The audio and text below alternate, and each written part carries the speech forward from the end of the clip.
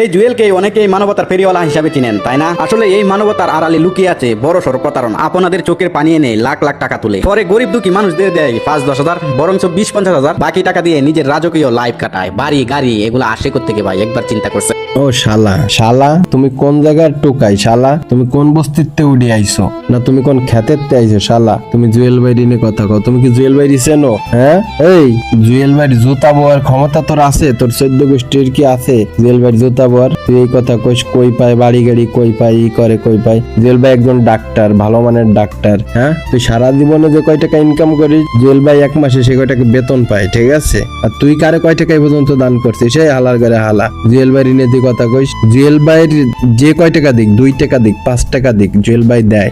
জুয়েল ভাই এই পর্যন্ত যতগুলো দুঃখী পরিবারে, যতগুলো সংসারে সে উপকার করছে, সে সাহায্য করছে, তুই কয় টাকা করছিস? তো 14 গোষ্ঠীর ভিতরে কিনা কয় টাকা করছে? ওই টুকাই ঘরের টুকাই। শালা তোরে না গালে ফাললাম না, মুখে দাড়ি রেখে তোরে গালাইতে হইলো। শালা কোথাকার জুয়েল ভাই ঋণে তুই কথা? তুই জুয়েল ভাই সম্পর্কে জানিস? তুই কোন জায়গার টুকাই রে?